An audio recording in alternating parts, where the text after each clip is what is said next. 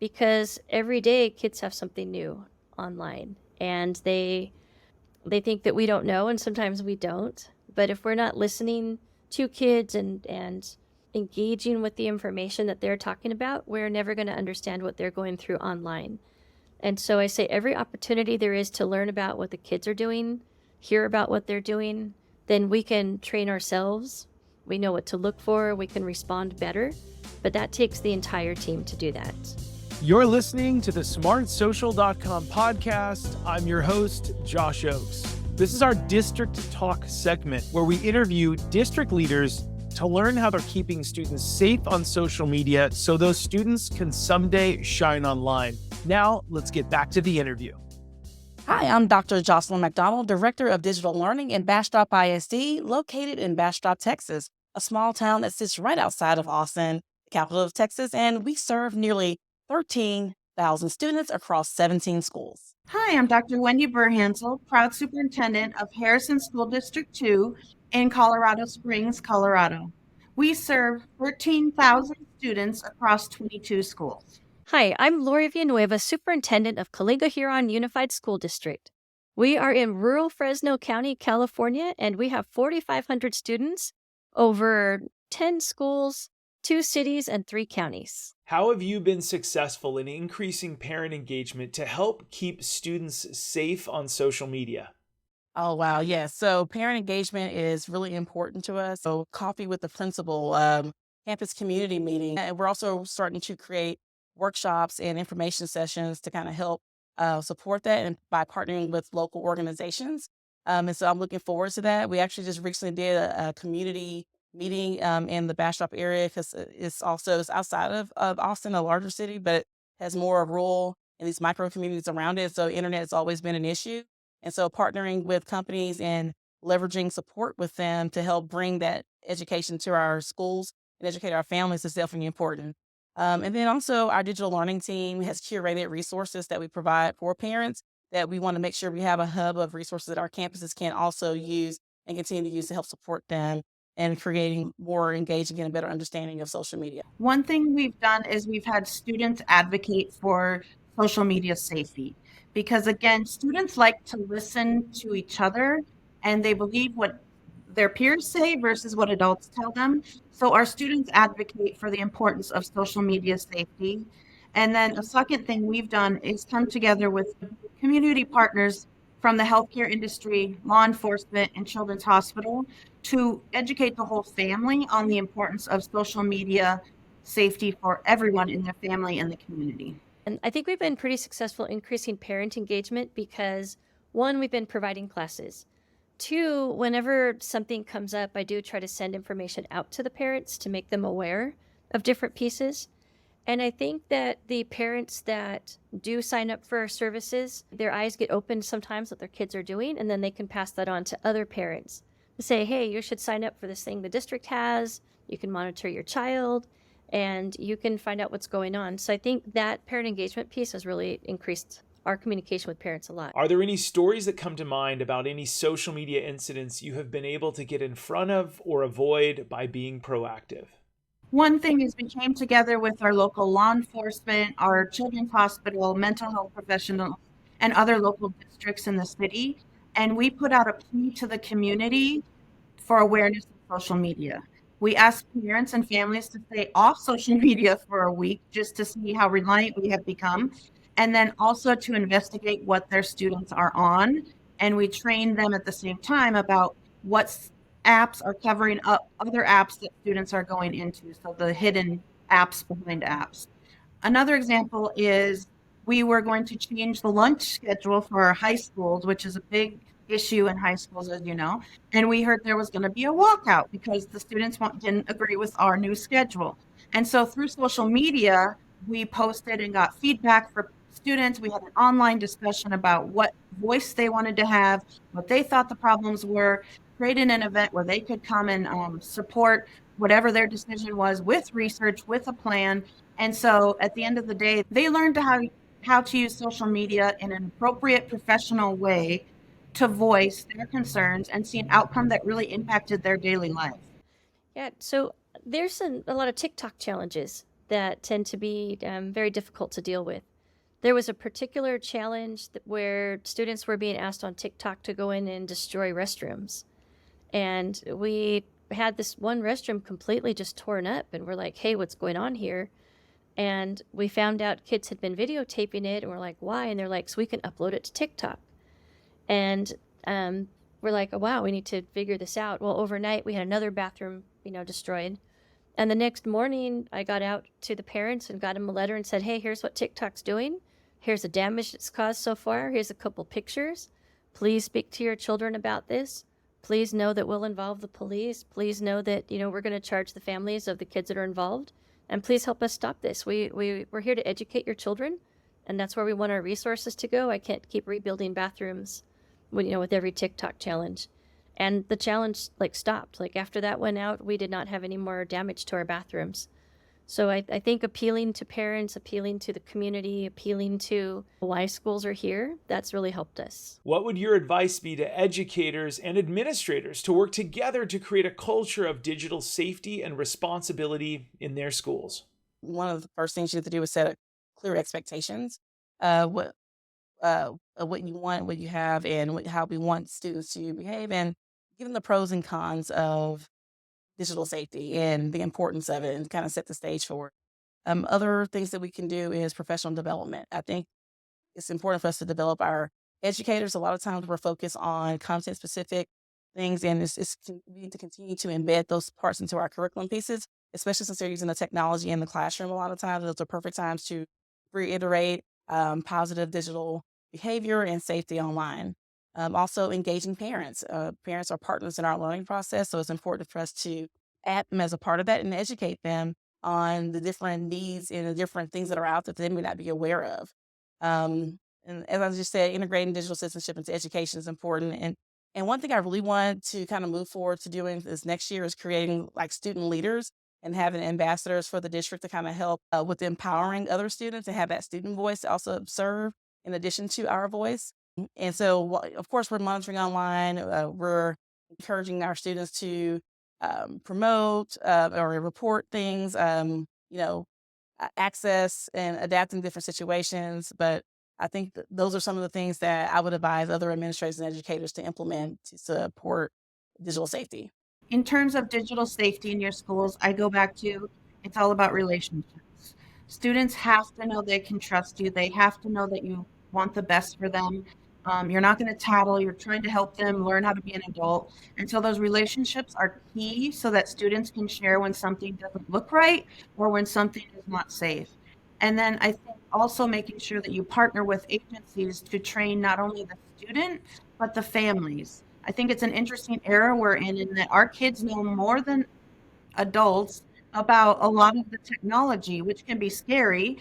And so we all need to learn together and be okay that we might not know, but ask the questions and ask your students what they're doing, have them show you because you need to learn. My advice to educators and administrators on working together is to communicate. Teachers often hear a lot more about what's going on with kids, and they hear the slang and the lingo and the jargon and the things kids are talking about.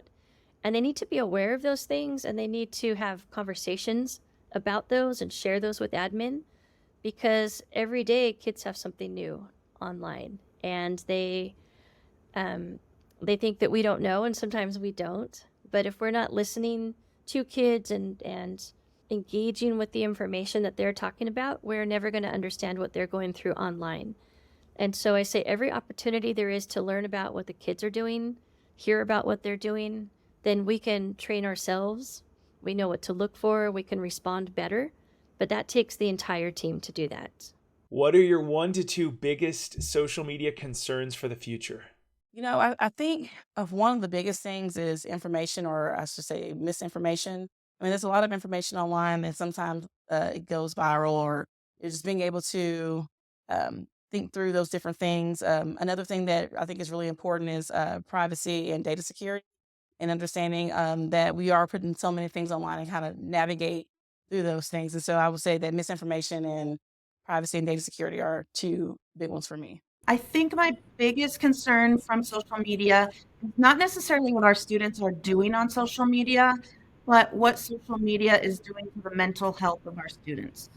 So if you look at Facebook, for example, or TikTok, you see these great, fabulous lives, and students feel like they don't have that same fabulous life. But what they don't know is that TikTok creator isn't showing the bad things, they're just showing the happy part. And so when students compare themselves, they think that they have an awful life. So I think social media doesn't show the full picture of reality. And some of our students don't understand that. And so then that affects their mental health. And I think we need to be very aware of how much time our students are on that social media and how it's affecting their mental health. You know, my biggest concerns for social media in the future are just the intrusion into the kids' minds.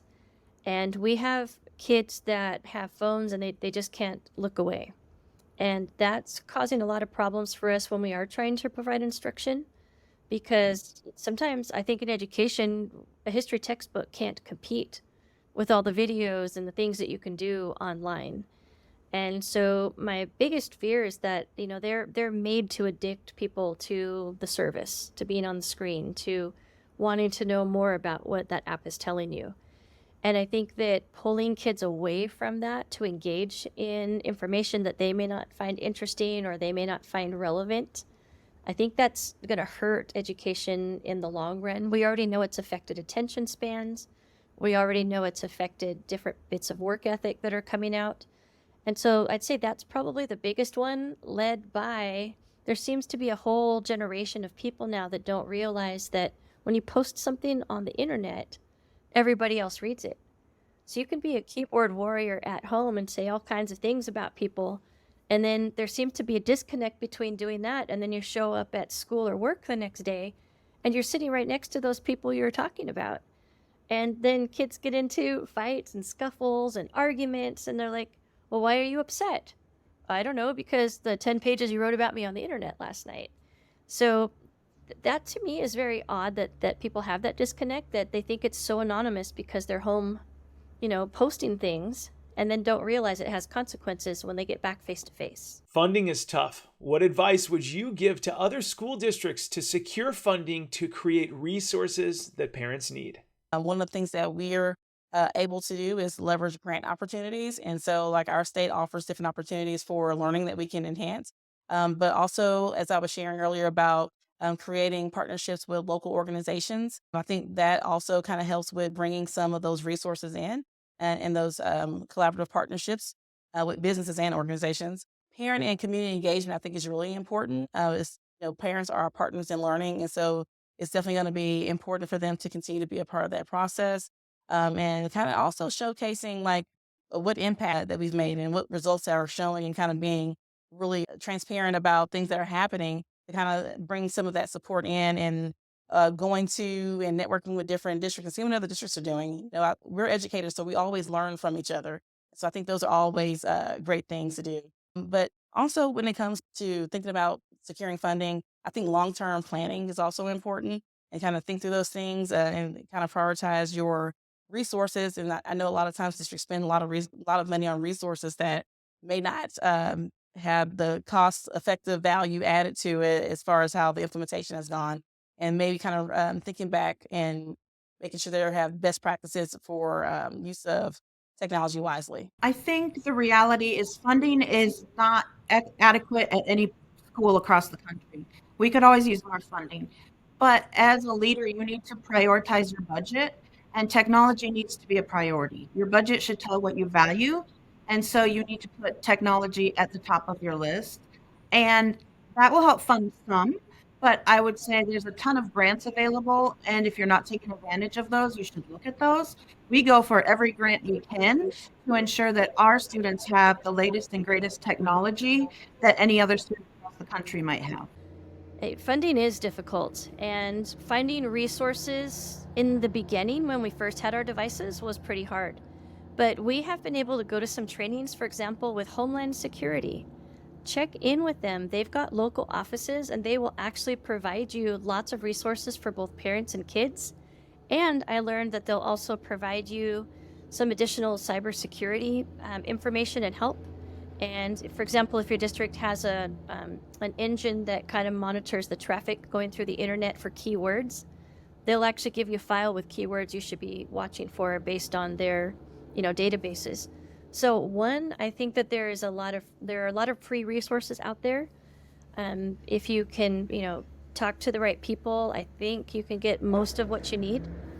Also, you can use some of your Title I funding for parent education and training, because the more you teach your students about the devices and the technology that your children have in their hands, the better their learning is going to be. So we always offer some paid parent trainings as well. Thanks for listening to our smartsocial.com podcast. I'm your host, Josh Oakes. This was our District Talk segment where we interview school district leaders to learn how they're keeping students safe on social media so those students can someday launch into their future by shining online. This episode was brought to you by our smartsocial.com VIP program. It's called the Very Informed Parent Program, which helps you engage your students with teen-led video lessons. Stay one step ahead with our premium parent newsletter and discover hidden features on trending apps on teens' phones and our 54 plus live parent and student-friendly events every single year. You can click on the link below to chat with one of our team members if you want a free pass to our VIP program to support your community with our smartsocial.com resources.